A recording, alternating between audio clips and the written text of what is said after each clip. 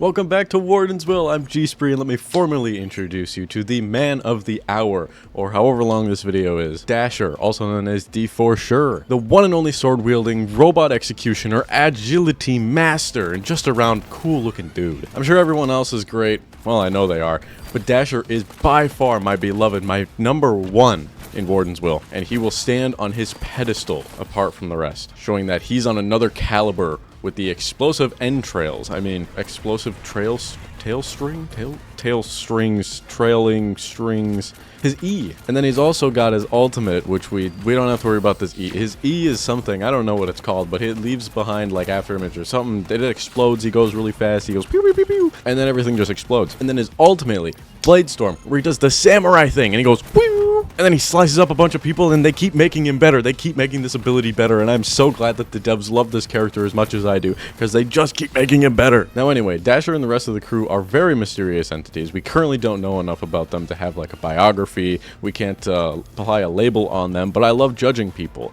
and inanimate objects, you know, such as video game characters. So I will be waiting on the edge of my seat for Elyzio, the developers of this game, to release some sauce about their characters, but in the meantime, I think we can make a good assumption about some of them. Flyer is pretty lawful good, you know, he's the Superman guy, the leader type. Hover is maybe neutral good, doing the right thing and vanquishing enemies and stuff like that. And then honestly, I want to rate D4-Sher on like, you know, chaotic spectrum somewhere. Now obviously he's not a bad guy, so it's probably chaotic good.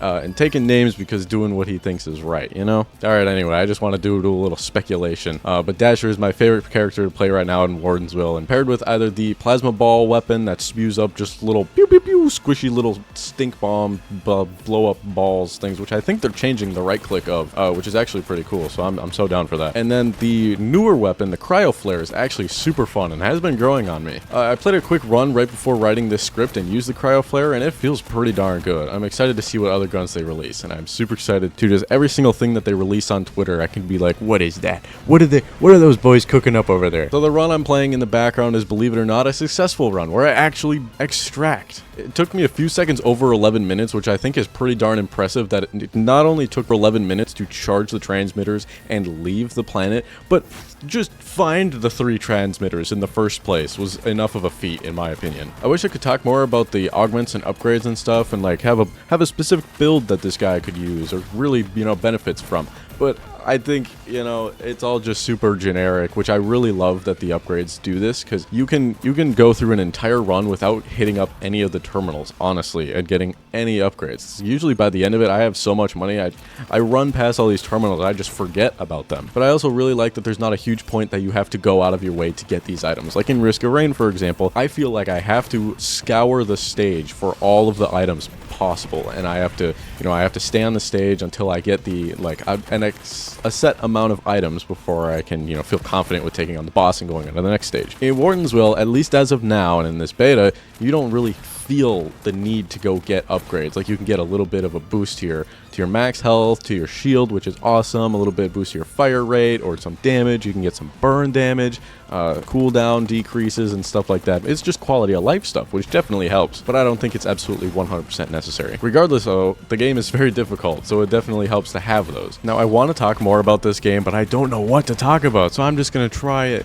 We're gonna figure something out, alright? So during this gameplay, I'm using the little plasma ball shooter weapon, and I know that they've released a little bit of a Twitter video saying or showing a different style of this weapon. So the right click currently is just a big charged up ball. As soon as it hits something, it explodes. It hits an enemy, I should say. In the alternate version of this gun, you charge up that right click, you shoot that right click, and then you can shoot the right click even more when it's out there and it's in a ball, and it's like Tristana bomb from League of Legends, where you can keep hitting that bomb and it gets bigger and bigger before it just explodes on its own, which is pretty cool. I like it. But I just wanted to say I absolutely love this game. I don't know, the last game that has hit this for me in like a roguelike sense has been Risk of Rain 2. So it's always up in the air with a new roguelike of if I'm going to really be pulled into it. And I find myself going back to this game just randomly, like, oh, I've got, you know, 10-15 minutes. You know, I'm just going to boot up another run of Wardensville and just have a playtime. Playtime? That's, why would I say that? A fun time playing a cool game, I guess, as I slowly wait with every single day waiting for them to make more announcements on Twitter, which I love, and I respond to all of them. I love this game. I'm so excited for it to come out. I need to stop saying that I'm excited for it to come out. It's not useful. People don't care. People didn't come to this video to watch me gush over, I can't wait for this game to go up. I love this game. Anyway, that's exactly what you're going to get. So, anyway, I wanted to say I'm absolutely adoring this game right now, and I'm so excited for it. I'm just saying the same stuff over and over. I'm not a video game analyzer. I wish I was. I wish I knew more terms that I could throw around, but I just like this game. You know, it feels good to play.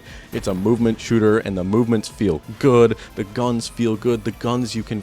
I love that you can feel like you are not locked to this character has to use this gun, or this gun has to be, you know, used this certain way. You can use any single gun on any single character and vice versa and all this other stuff, and it just, the characters are so unique yet so simply similar because there's two abilities that you do. There's two abilities that they have, and that's it. That's the only thing that makes them different from each other, and that's all they need. It's so effective with everything. Like you don't need more abilities. It would be cool if they added more abilities, but you don't need them because it just, and the cooldowns are, you know, they're prominent. They're prominent enough to where you're not just like, you know, spamming them, and you're also not like waiting a super long period of time before you can use them again. It just, everything feels really balanced. Like every single time I press my E, I know it's gonna be there because I haven't used it in a while. Every time I need to press my Q, it's there. Like it just feels natural to play. The movement feels natural to play. If I want to get from point A to point B without dying, I can do that.